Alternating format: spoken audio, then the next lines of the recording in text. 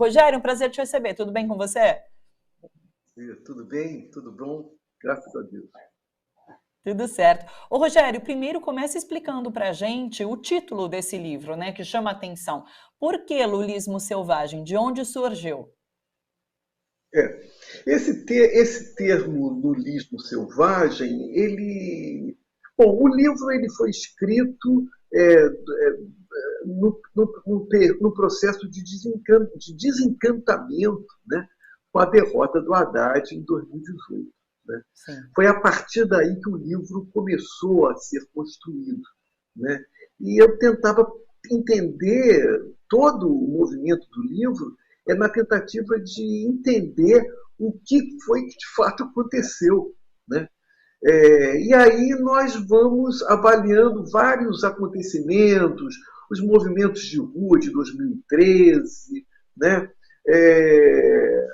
O problema da crise de representação que se deu em vários lugares, nos Estados Unidos com a eleição do Trump, na Espanha com a ascensão do partido Podemos. Né?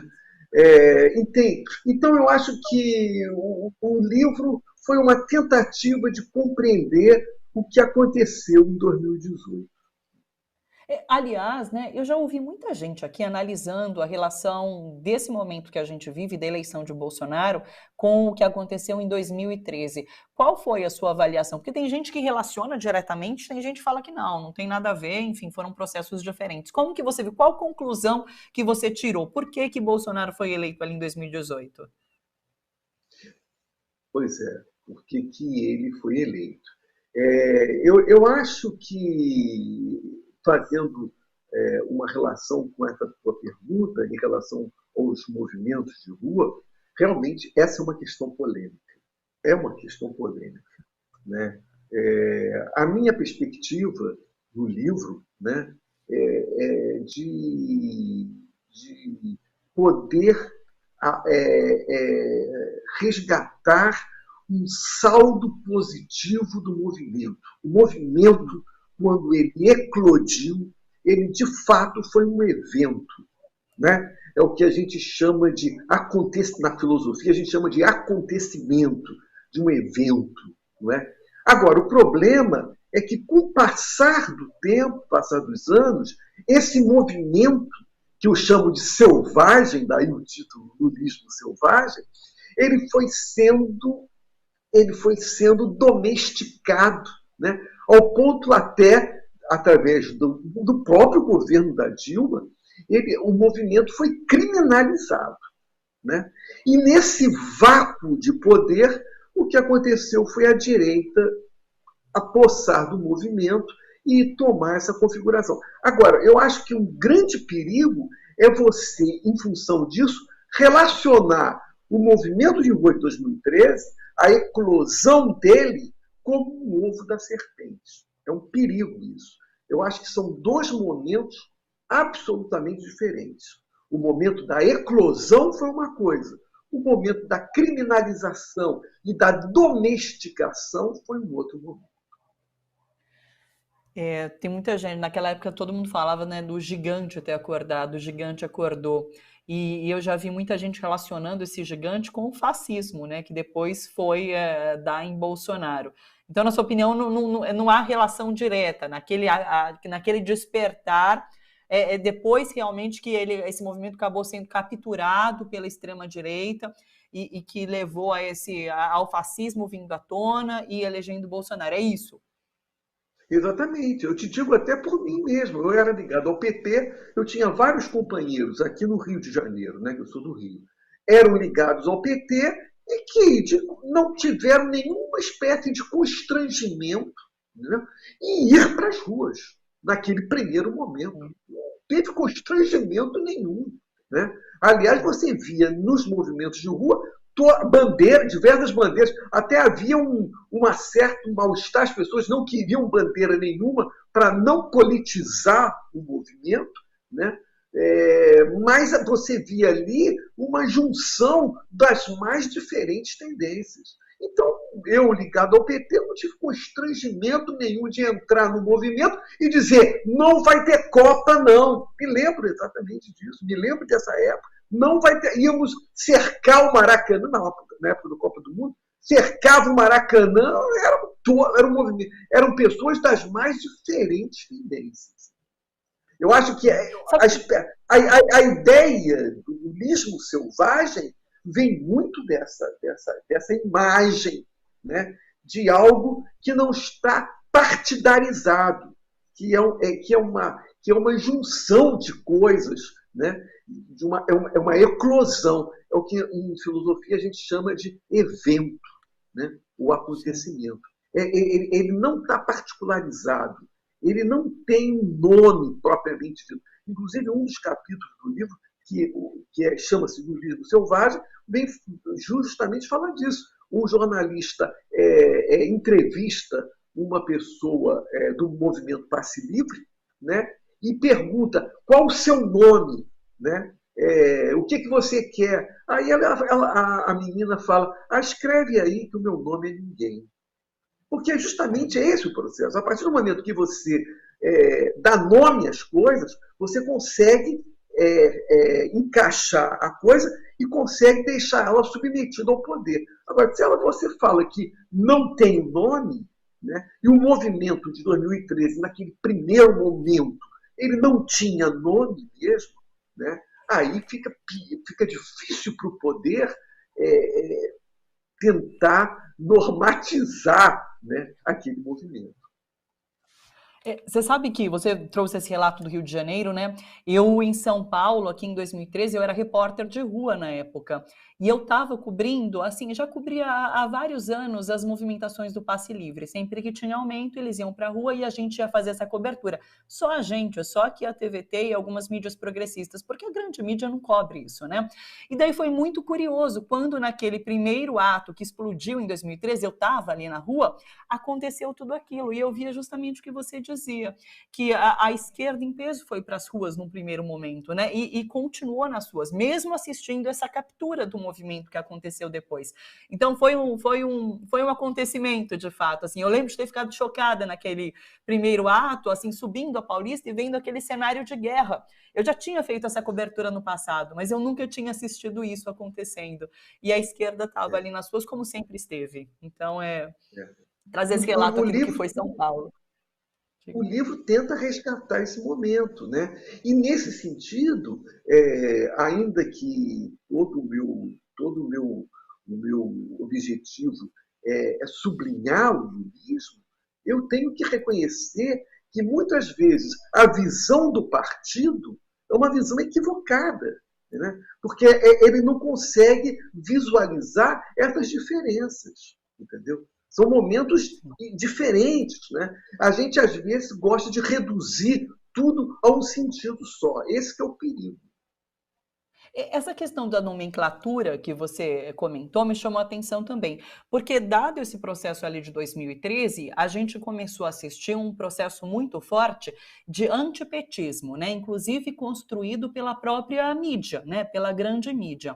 E o antipetismo naquele momento, que foi construído por esses vários setores, acabou levando também à eleição de Bolsonaro. Isso é uma opinião minha, quero te ouvir. E hoje, inclusive, a gente assiste um antibolsonarismo muito mais forte do que foi o antipetismo ali em 2018. E é isso, inclusive, que pode levar Lula à presidência e tirar Bolsonaro do poder. Mas teve essa captura da nomenclatura, né, dessa questão do poder. O antipetismo foi criado e tomou força a partir de então.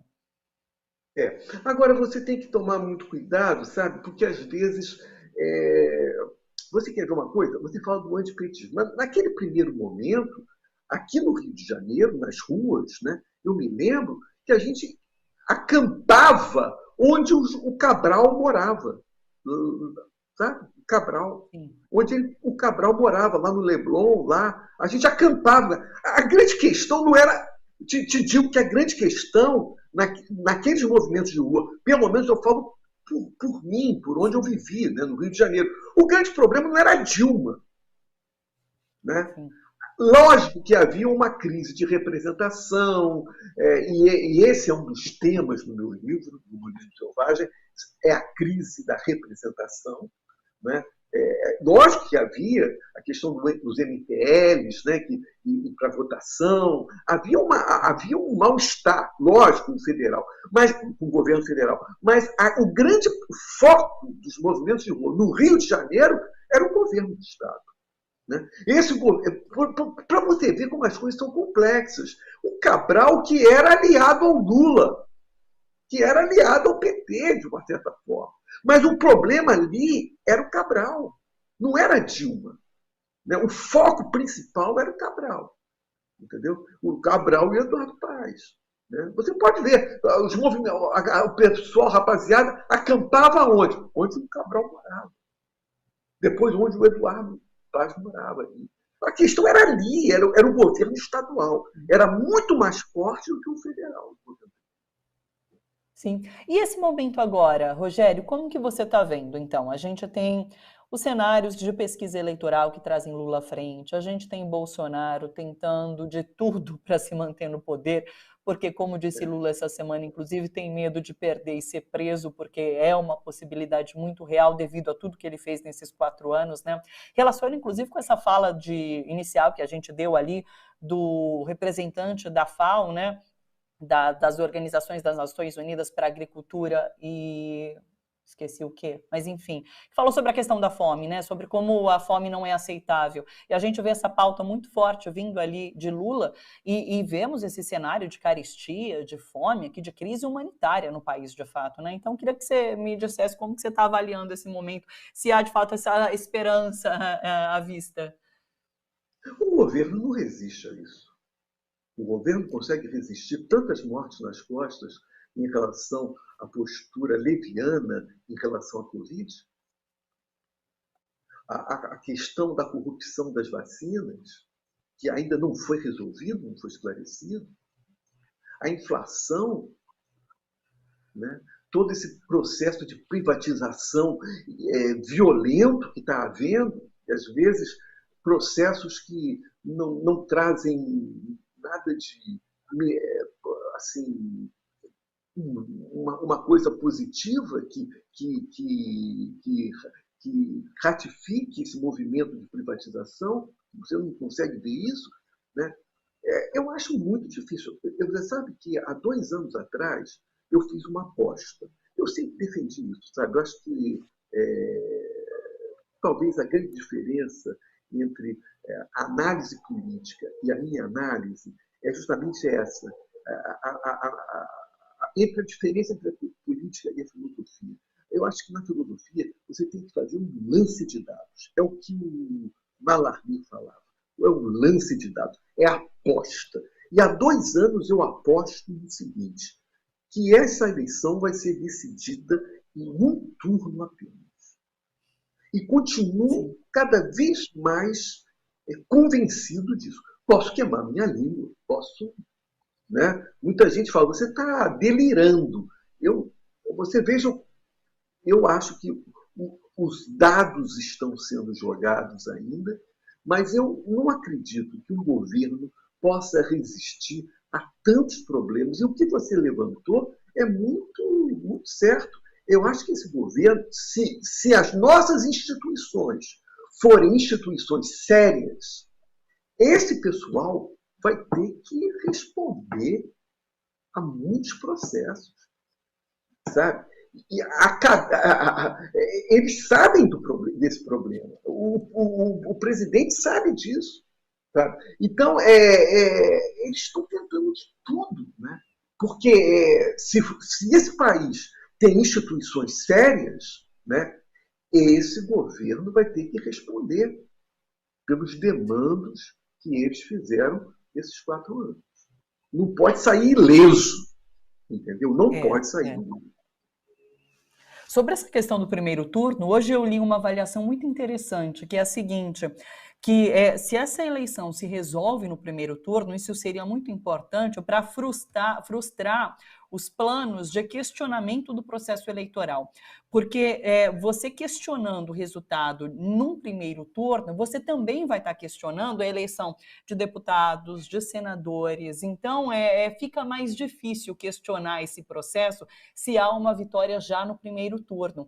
Então, Bolsonaro conta muito com isso, em levar para um segundo turno, para daí, então, dado o resultado, fazer esse questionamento em relação à presidência, né? Primeiro turno seria mais difícil. Eu achei tão interessante essa avaliação, mas realmente não são todos que pensam como você, que isso vai se resolver no primeiro turno. Você sabe, eu vejo às vezes por parte da esquerda, evidentemente por causa de um medo, que é um medo que está instaurado dentro de si, por causa de todo um passado problemático que nós tivemos. Né?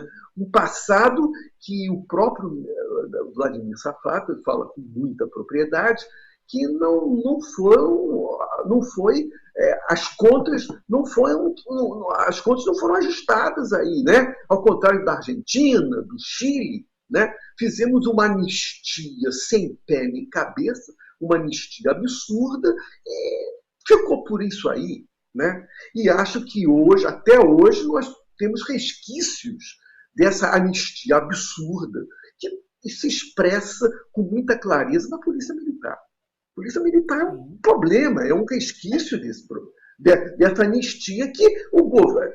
Eu acho que um país sério vai ter que tomar medidas em relação aos 4 anos desse governo. Muita gente morreu em função disso.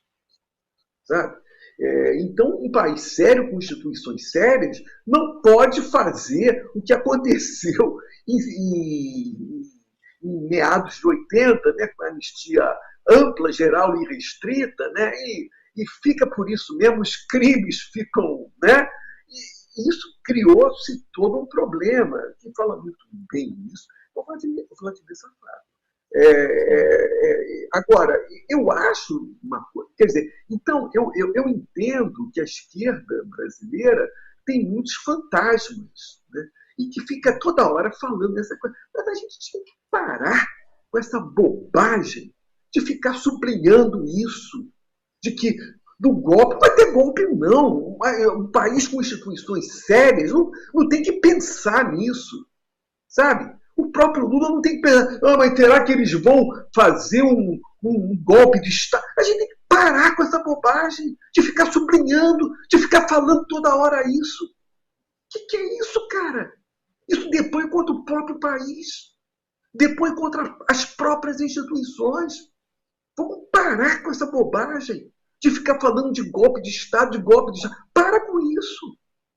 Isso é muito sério, isso é muito triste para um país. Eu sei que a gente traz fantasmas dentro da gente, né? Mas a gente tem que saber também, e isso eu coloquei em alguns posts nas redes sociais, que a gente não é mais 64. 2022 não é mais 1964. É não considerar as mudanças que ocorreram nesse período. É não considerar as transformações às vezes até moleculares, microtransformações, mas que nos fazem pensar que nós não somos mais os mesmos. E fica esse papo de golpe de Estado, sabe? Rogério. Ele, de fato, está desesperado, porque ele está vendo o barco se afundar. E ele vai continuar fazendo ameaças. É a maneira dele. Desde que ele tomou poder, ele vive fazendo ameaça. E a gente tem que parar com esse medinho. Isso é medo de um passado que mudou. Nós não somos mais os mesmos. O Rogério, até incorpora essa bronca, porque eu faço parte dessa esquerda e nem precisa ir muito atrás lá no passado. Porque eu era daquelas que não acreditavam que ia ter o golpe de 2016, e daí a gente teve o golpe, foi muito frustrante. Daí eu acreditei que, imagina, que Bolsonaro nunca seria eleito, e daí Bolsonaro foi eleito. Então acho que o medo vem disso também, sabe? De não criar grandes expectativas para que a frustração não seja tão grande quanto foi nesses 2 episódios, principalmente. Mas acho que você está certo, é isso que ele quer criar esse caldo de caos, né? Que seja propagado por todos os setores, e nós, imprensa também, para que isso tenha um ar minimamente factível, para que esse golpe vá de alguma forma existir. Mas eu também acredito, Rogério, que existe uma certa contaminação do bolsonarismo nas instituições e que a gente precisa superar isso para que as nossas instituições possam responder à altura quando esse período de governo Bolsonaro acabar. Porque a Isabela Calil, aquela pesquisadora, professora, ela fala, né, que o bolsonarismo é maior que Bolsonaro hoje. Então a gente pode derrotar Bolsonaro lá na frente, mas o bolsonarismo vai continuar entranhado na nossa sociedade e é importante a gente superar isso também. O bolsonarismo sempre esteve entranhado na nossa sociedade desde a nossa fundação. Né? Essa história de dizer esse país é um país fraturado desde a sua colonização. Entendeu? Então o bolsonarismo sempre existiu e nós sempre vamos lutar contra ele. Agora, o que eu acho, sabe, é que aí é mais uma provocação que eu faço, que é mais um lance de dados que eu dou, que é o seguinte: eu acho que as forças sociais desse país, não estou falando de empresa de comunicação, não estou falando nada disso, né? Mas as forças sociais, elas são isso que eu dou o nome de lulismo. Houve uma época que as forças sociais do nosso país estavam impregnadas pelo getulismo. E era dos anos 30 e foi até meados de 88. A partir da nossa nova Constituição, nós passamos a ter uma outra força social, uma outra configuração de forças. Muitas vezes, o governo pode não expressar essas forças sociais. Não é? Por exemplo, a vitória do Fernando Henrique Cardoso, não expressava isso, as forças sociais. Né? Mas tem um sociólogo muito interessante que ele fala que quando o Lula entrou no poder em 2002, ele repetiu toda a política econômica do PSDB. Ou seja, ele não produziu mudança nenhuma. Ele foi mero governo, uma continuação do governo do PSDB. Eu discordo profundamente dessa postura.